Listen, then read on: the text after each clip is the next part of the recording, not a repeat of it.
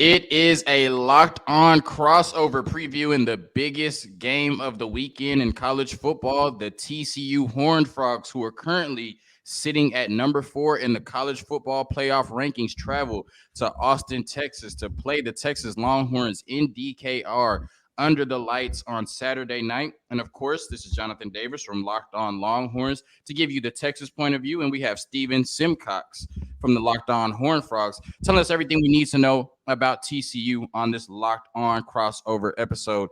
Big matchup on Saturday. And we're going to get right into previewing what we should see on Saturday between these two top 25 teams. Steven, I'm going to ask you first because TCU has far exceeded expectations in Sonny Dykes' first year. Like I said, they control their own destiny to a possible college football playoff appearance. What would a win against Texas mean for Sonny Dykes in this TCU program on Saturday night? Yeah, Jonathan, I mean, it'd be huge. You mentioned the expectations. Like, I had them going 7-5 before the season, and obviously they've kind of already surpassed that. I thought if some things broke right, maybe they could win 8 or 9 games, but they were 5-7 last year, and so I felt like it was going to be somewhat of a rebuilding season. But now they're in the mix for a Big 12 title game. They'd really have to kind of fall on their face not to make it there, but the bigger goal is the college football playoff. And I know you know this, and I'm sure Longhorn fans will enjoy hearing this, but everybody likes beating Texas, man. I mean, everybody enjoys beating the Longhorns. I feel like for the other state schools, it's a big deal. It's a big deal for those guys that played high school football in the state of Texas because, it's a flagship program. It's the big brand in the state. And so a night game, college game day, national stage, it'd be huge. And it's been sort of like the schedule's been kind of weird. I mean, it felt like early in the year, K-State and Oklahoma State were sort of the games that you had to circle and win. And they got past those hurdles. But now you got Texas on the road and Baylor on the road back to back. And I think both these teams have sort of figured things out as the year's gone on, have started to maximize those talented rosters.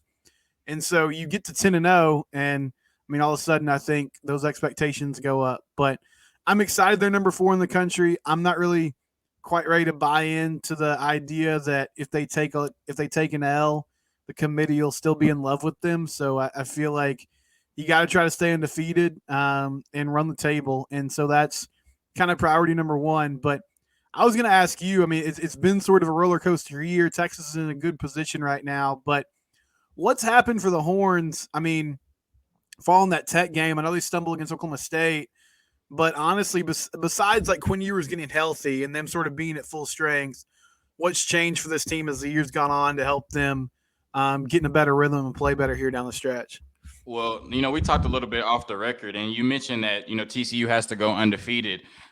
We know the committee's just waiting on them to fall on their face and once so they can say, oh, we had them at number 4. We put them up there, right? I think when you look at Texas, I think Texas Tech and Oklahoma State were 2 bad losses. I don't think that anything necessarily has changed. I think in a few games you've leaned on Bijan Robinson a little bit more, and that's led to some wins against Kansas State and Iowa State. But really, I think those are just 2 games you shouldn't have lost. I think when we look at this Texas team, we should be looking at a Texas team that has 1 loss to Alabama, right? And it's right there with TCU as a top 10 to 15 team in the nation.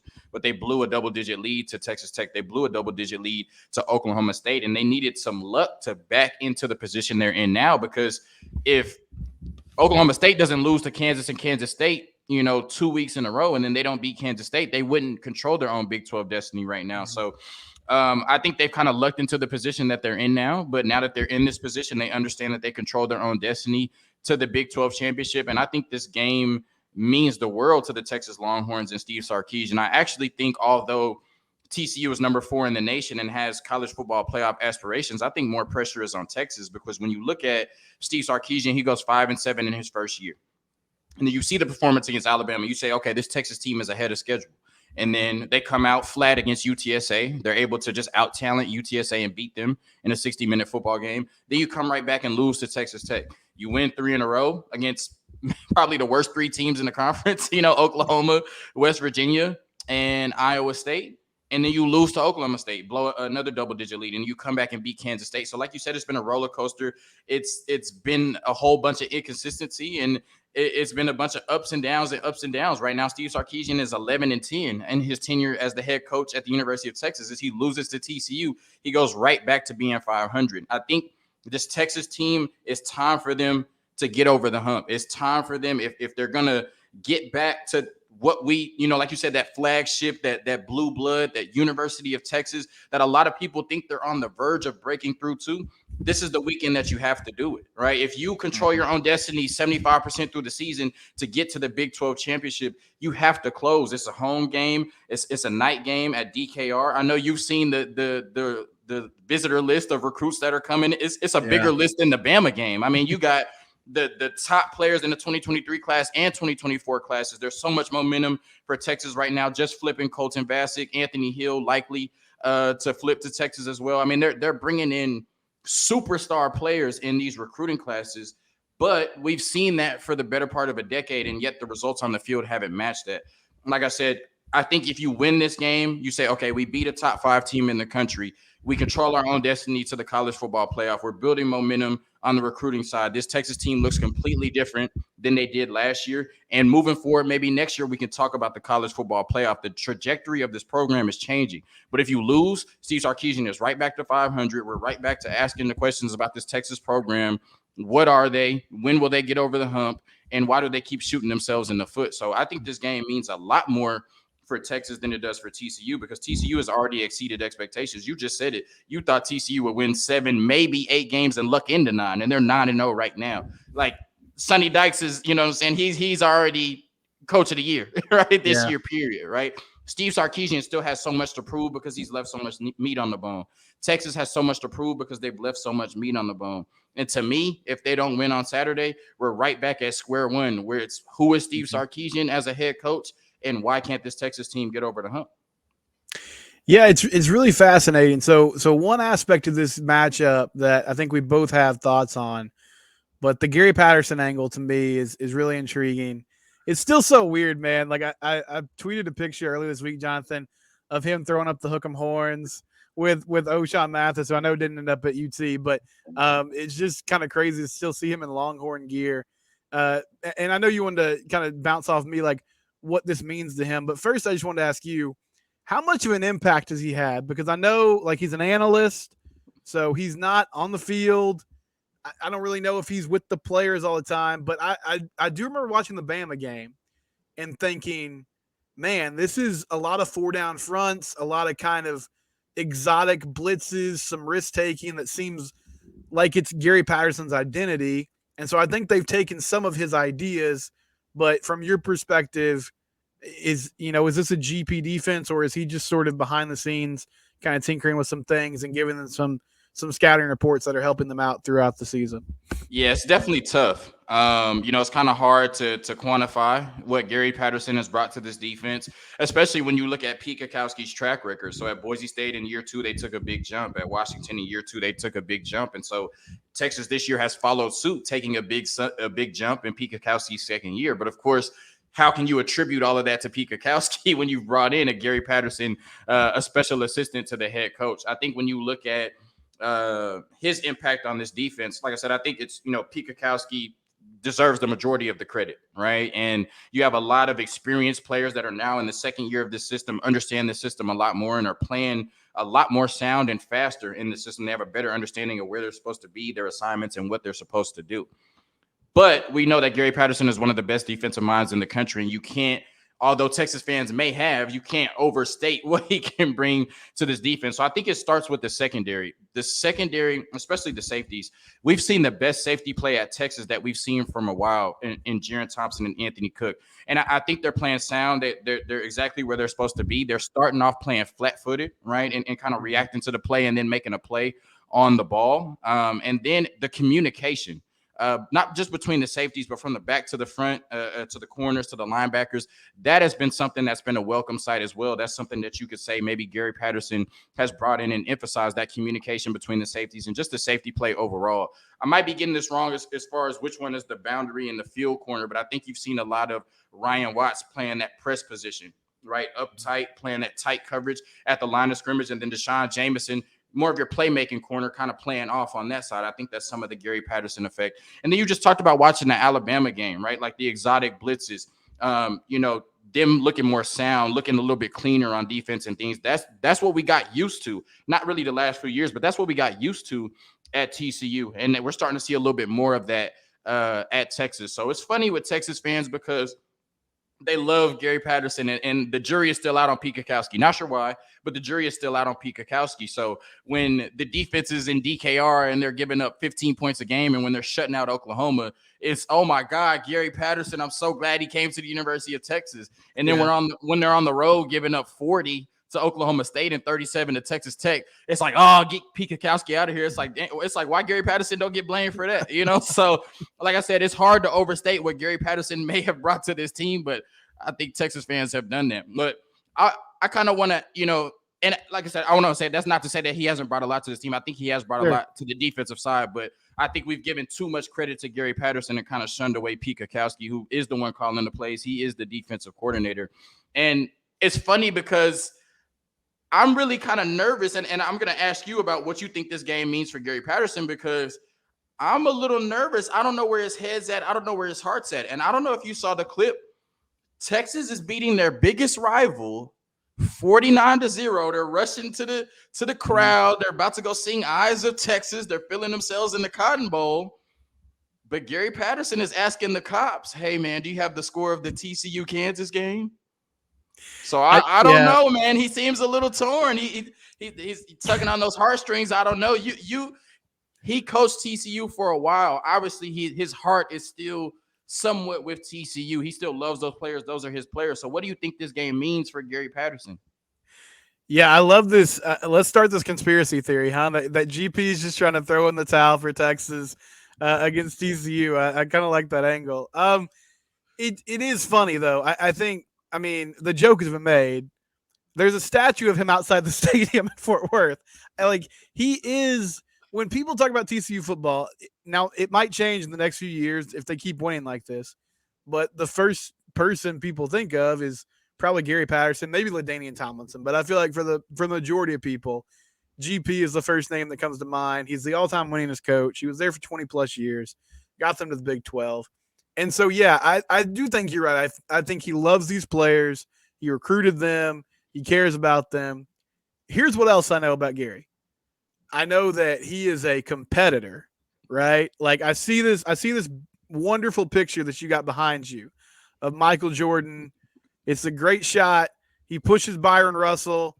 He goes up, hits the jumper against the Jazz, goes out a winner. We don't need to talk about his Wizards career. That didn't happen. He went out on top. And one thing about MJ, right? Like, you know this, Johnson.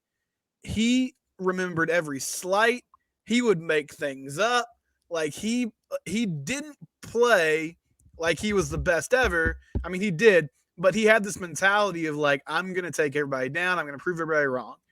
And one reason why Gary was super successful in his time at TCU was that he brought that identity to the team. Like he kind of always had a chip on his shoulder. It's us against the world. People don't respect us. We're taking the 2-star and 3-star kids that got passed up by other programs, and we're going to, grow them up and make them better than everybody else. And so that was sort of who he is. And I think, I'll just tell you truthfully, he got let go. They asked him to leave. After the K-State game last year, they lost. They met with him. They said, hey, this is over. They asked him to coach the rest of the season. He said, no, thanks. And he said that was because he didn't want to be a distraction. But I think, in all honesty, I feel like his feelings were probably hurt. And that's understandable. He did a lot for that program. And so now they're 9-0. And I think he does care about those kids. But I think he also probably wants to prove to the new coaching staff, to the administration, that, you know what, he's still got something left in the tank. And it's funny because you said we can't quantify it, and I agree with you. And he sort of is in this perfect position where, yeah, if they win like 27-7 on Saturday, everybody's going to be like, oh my gosh, Gary he had the book on TCU, and he knew what was going on, and he just showed them. He just shoved it right in their face. And so and if they lose, I don't think a lot of the blame will go to him. But Pete Kakowski, get him out of yeah, there. Pete Gajowski, get out of here, brother. But I mean, I think ultimately he wants to prove that they made the wrong decision. And I think everything else says that they didn't, but he could have something to say if this defense plays really well against TCU. So I don't know how much of an impact it's going to have once the actual game starts, but I don't think he's really torn here. I feel like he honestly kind of wants to show everybody that he still got it. And Sonny Dykes, honestly, like one of the reasons he has this job is because SMU went to Fort Worth in 2019 and 2021, and they beat TCU, and they scored over 40 points on Gary's defenses. So it's a different situation. He was a head coach then. Now he's an analyst. But obviously, like, he had a pretty good idea of what made those defenses tick. And I'm not super concerned that, they're just going to completely shut down TCU. But I mean, I know Gary well enough to know he's a great defensive mind. He's got to have some insight here that probably no one else does, and it's going to play a factor on Saturday.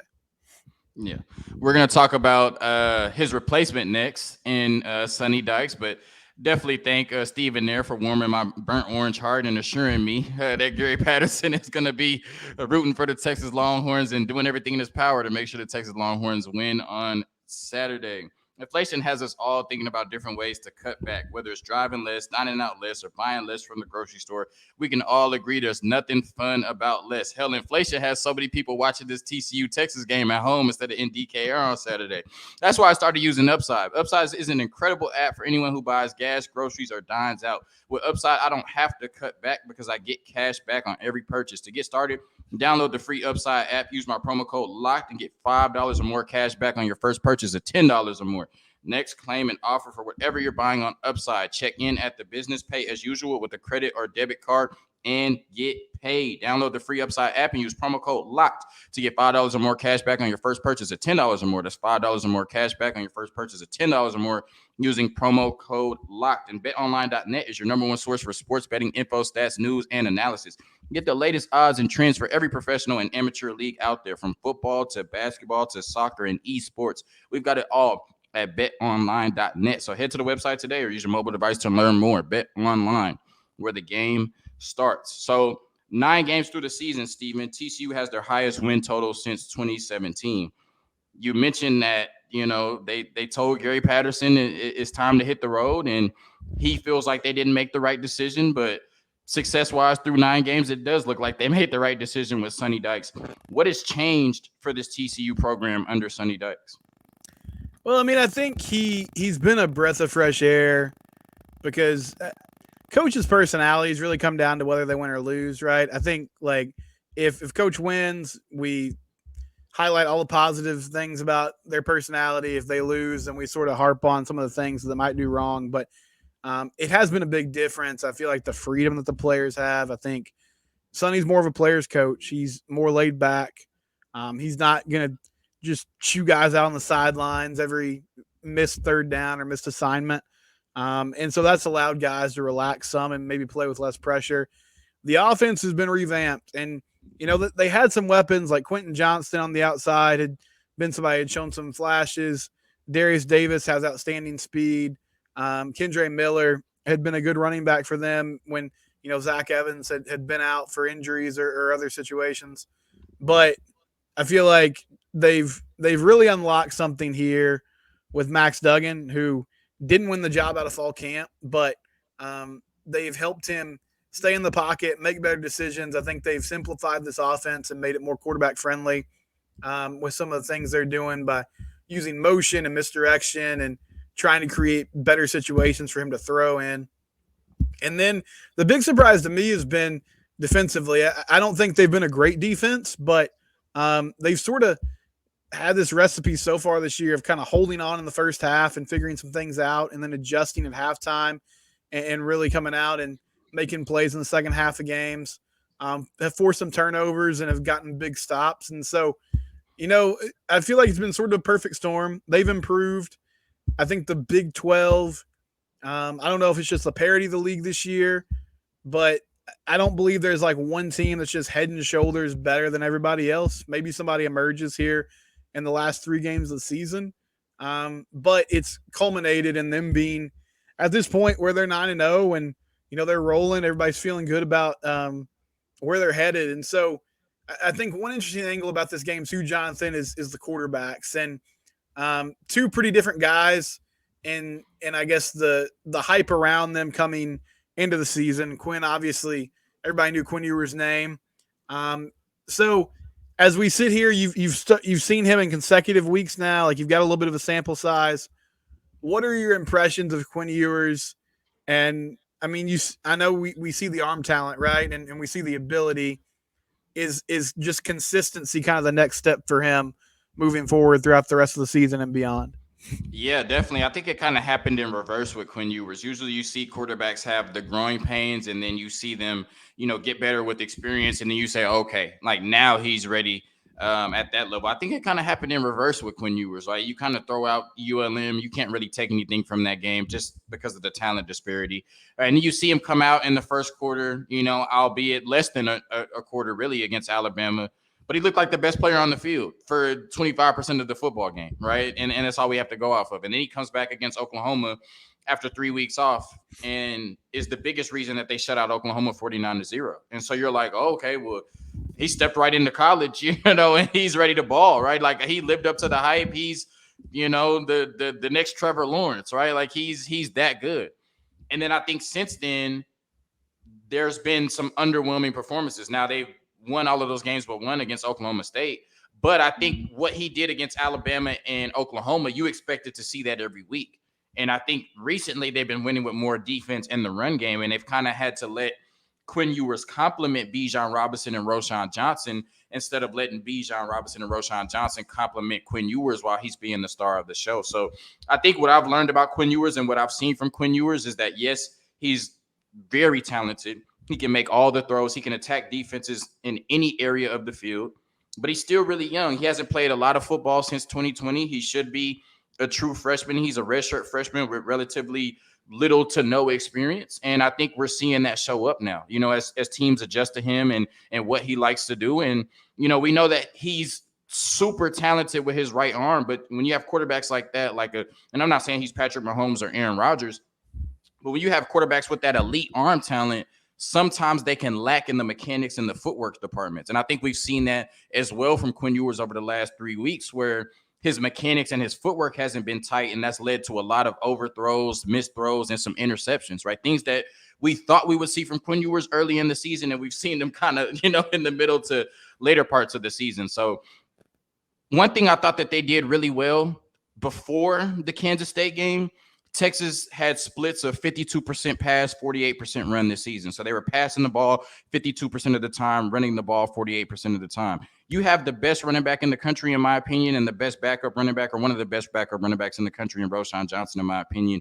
You have to let them carry you, let these elite running backs carry you, and then let a quarterback like Quinn Ewers, a young quarterback who needs a running game, pick his spots off of that in the RPOs and the play action. And while the defense is allocating resources to stopping Bijan and Roschon, then you take advantage of those one-on-one matchups on the outside. What I loved about the Kansas State game was that 52 pass, 48 run split that was, through 8 games of the season, that turned to 55% run, 45% pass against Kansas State. I think that's a huge reason they won, and I think that needs to be the formula for the rest of the season. So I think Quinn Ewers is super talented, and I think next year this will be his team. But right now, this is Bijan Robinson and Roschon Johnson's team, and they control their own destiny to the Big 12 championship game. If they're going to be in the Big 12 championship game on December 3rd, I want to see at least or around a 55% run split and a 45% pass split for the rest of the season. You let Bijan and Roschon carry you, and you let Quinn Ewers complement them. But you talked about Max Duggan, and statistically, he's having his best season in Sonny Dykes' first year, so that's no coincidence. What have you seen from him from a growth standpoint, and do you attribute that more to him just coming back, with a different motivation and being a better player this year, or do you attribute that to Sonny Dykes and his coaching? I think it starts with the O-line. I mean, they've just been better up front. I feel like one of the big criticisms for Max the first 3 years of his career was that he was just always bailing out of the pocket and running. And that was legitimate, but part of it too was he was running for his life in a lot of those cases. So the fact that he's had better production has allowed him to step up in the pocket more and make better reads. He's working through his progressions better, even though I think the last few weeks he's kind of gotten locked in on some reads downfield and hasn't been taking what the defense gives him as much. But yeah, I mean, they've leaned on their running game a lot too with Kendre Miller and Amari DiMercado. You know, they've finally found some more creative ways to use some of these receivers. I feel like the first 2 years they had Quintin Johnston, it was just always, well, let's just run another fade down the sidelines and see if he can jump up and get another 50-50 ball. And I mean, he's good at that, but we've seen a lot more different route combos that have allowed him to kind of showcase some of their skill sets that he has. They're using some motion and some misdirection to try to get some defenses to show them what they're doing. But yeah, I mean, he's a really experienced guy. And I feel like just the improvement with play calling coupled with maximizing the talent around him has really helped Max take some strides this year. One other interesting angle of this game is, you know, you talked about the run splits for Texas, and you would think that would sort of lead them to being maybe a better team in the second half. But I know they've had some struggles closing games. TCU, I don't know. I wish I had an answer for you. Like, they just start slow a lot of the time, and they were in a big hole in the Oklahoma State game and the K-State game. I think they really have to start fast this week on the road. But what are you seeing? Sark is so good on script. I mean, those first 15 to 25 plays have been money, but what sort of kind of unravels for them as games have gone on this year?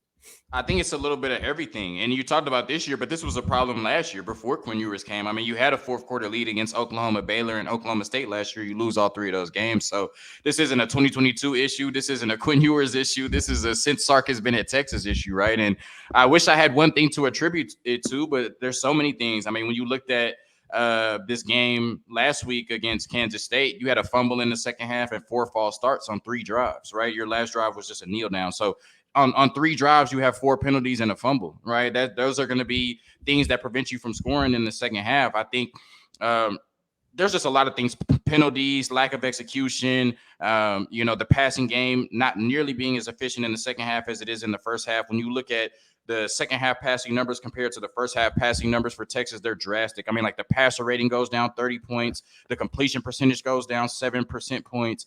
Like, it's crazy, Steven. Like, I said on the show when I read all the stats, I was like, if you're squeamish, turn the show off. Like, it's bad, right?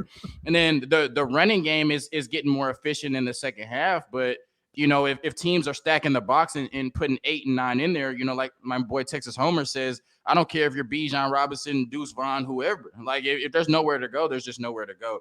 I think the biggest issue, and this is really my first time kind of, putting this on wax saying this, but I think the biggest issue is that Texas has the ability to score fast. Like, we know that, right? Like, Texas can score from 40, 50 yards out on one play. They can do that consistently. And I think with those scripted plays in the first half, they do that a lot. But in the second half, when you have to out-execute teams, when you have to adjust to teams' adjustments, in the second half and things like that, and teams have adjusted to your big plays, and now they're forcing you to be methodical and go down the field instead of scoring from 40, 50 yards out. Texas has just struggled to do that. And when you look at it, Texas has been really bad at time of possession. So that doesn't matter when you're scoring from 40, 50 yards out and you're getting touchdowns. When you get points, time of possession really doesn't matter. Mm-hmm. But when you can't sustain drives in the second half and all of your drives are lasting a minute and a half or less, and the other team is possessing the ball 4 or 5 minutes, they get a score. Then another 4 or 5 minutes, they get a score. And another 4 or 5 minutes, they get a score. That's how you end up scoring 3 points in the second half, and how they end up scoring 14 to 17 points in the second half. And that's how you end up with a halftime lead and a close game at the end. And I think 7 out of the 10 losses losing, that halftime lead. Yeah. So I think the biggest thing is just Texas's inability to sustain drives outside of their drives where they have shot plays. If you have a shot play to Xavier Worthy or Bijan, that's fine. But on those drives where a defense is going to force you to go 6, 7, 8 plays, can you do that and get points at the end through 2 years? The answer has been no more times than yes. But we're talking about the second half issues for Texas. TCU has first half issues. So normally I would be like, okay, maybe if Texas had the lead at halftime, they can hang on. But it's like now I feel like Texas has to have like at least a 21, 28 point lead at halftime for me to feel comfortable, because Texas is not going to get away with scoring 3 points in the second half against TCU because y'all been dominant in the second half. What's been the reason for that? Yeah, I mean, I think the first half woes, I can't give a great explanation for it. I feel like you talked about how good Texas is on script. Excuse me. Sometimes Garrett Riley comes out with some plays in the first few drives that I'm just kind of like, I mean, are we just seeing if this works? Like, are we just trying to catch the defense napping? It's a lot of wide receiver screens. There's, sometimes some trick plays that just seem kind of misplaced. They're also a team that has relied on explosive plays from time to time, and there have been games where the offense has gone, 3 or 4 drives and just haven't done much, have kind of wasted possessions. I think defensively, honestly, this group was like in the 130s rankings-wise defense last year, and they've improved some with some of the transfers they brought in and the new scheme. But, I mean, to be honest, Johnson, I just feel like it takes them a little bit to sort of feel things out. Like they have to see what the other offense is doing, maybe give up some yards, give up some drives, and they sort of adjust accordingly. And Joe Gillespie, their defensive coordinator, has been really good at it. As far as the second half goes, so they brought in Kaz Kazadi, in the offseason to run the strength and conditioning program. And, I mean, I don't go to their workouts. I don't know what it is about what he does. I know he's really well respected in the SNC community, but they've just been better. I mean, they've leaned on people. They've kind of had it just seems like a little more gas in other teams in the fourth quarter of football games.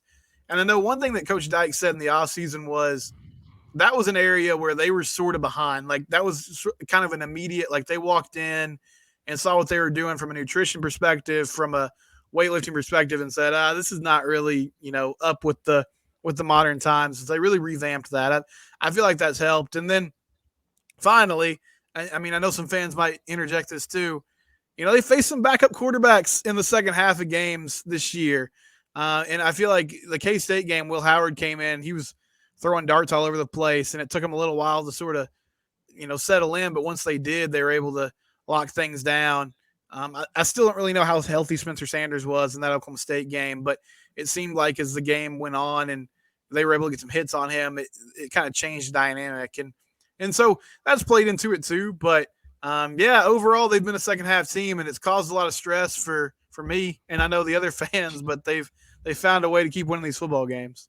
Definitely. I saw a mock draft earlier today where Quintin Johnston was projected to go 8th overall, I think, right? And it's projected to be the first wide receiver taken. And so if TCU is going to win this game, although TCU is, number 4 in the country and undefeated, they're somehow 7-point underdogs to the Longhorns. Vegas loves that burnt orange and white, huh? So is it going to have to be Quintin Johnston being the best player on the field for TCU, or is it going to have to be somebody else?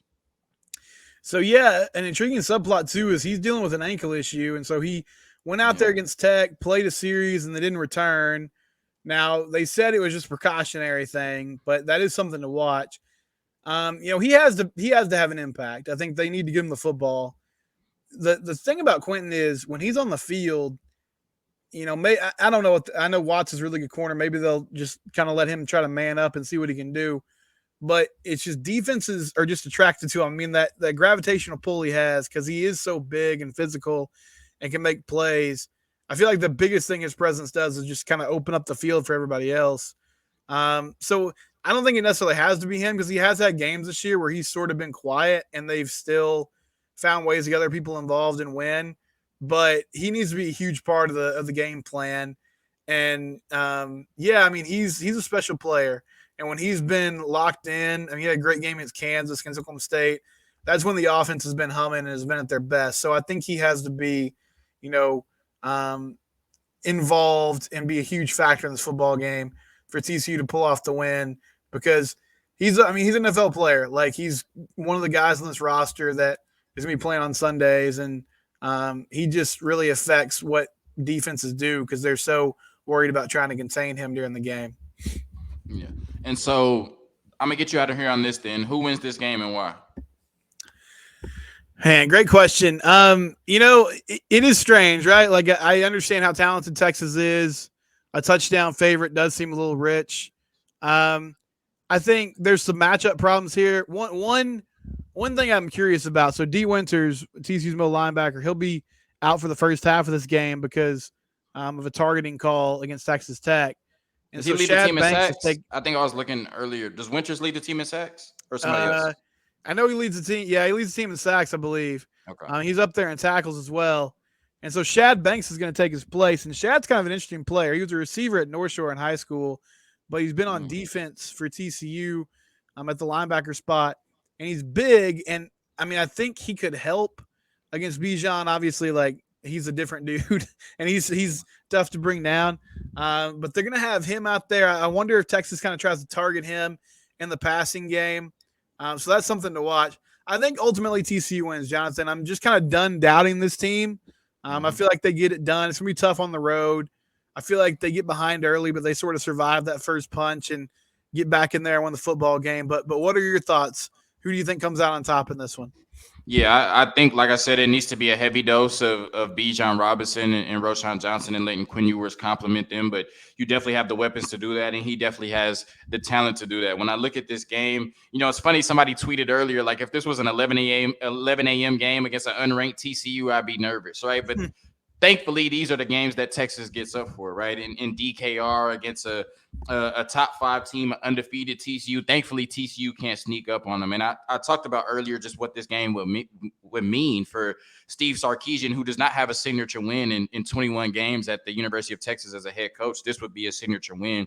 I talked about what this means from a recruiting standpoint, when you're bringing in A-listers in the 2023 and 2024 class, a lot of them that are trending towards Texas at this point. And then you talk about the players. You have so many players like Bijan and Roshan on the defensive side, Keandre Coburn, DeMarvion Overshawn, who this is their last chance. This is their last chance to put an imprint on their Texas legacy, and they have a chance to get out of here with the Big 12 championship. And like I said, this team controls their own destiny. I think if they lost to Kansas State, I'd probably pick TCU by 20 because this game wouldn't mean anything for Texas. But now this game means everything for Texas, and I think they understand the moment. I hope they understand the moment because I do, and so I think it's going to be a shootout. I think Texas's run defense is top 30 pretty much by all metrics in the country.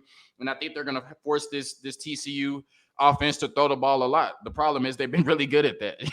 In our corners, the more they've had to defend the pass, the less they've been proficient at it, right? And I think, the TCU defense, if I'm looking at it, they're 86th in yards allowed and 74th in scoring. So I think our offense is going to have some opportunities to put some points up on the board as well. I think Texas wins, TCU covers. I have Texas winning by 4 on Saturday, continuing to control their own destiny to the Big 12 championship on December 3rd. All right. Well, man, I mean, that would change the race for this conference title in a lot of ways. So should be fun on Saturday. College game day, big time matchup. I'm excited for it, Jonathan. Thanks for having me on the show, man. Definitely excited. And who knows, man, this might not be the only time Texas and TCU play this season. Hook 'em. That's true. Peace.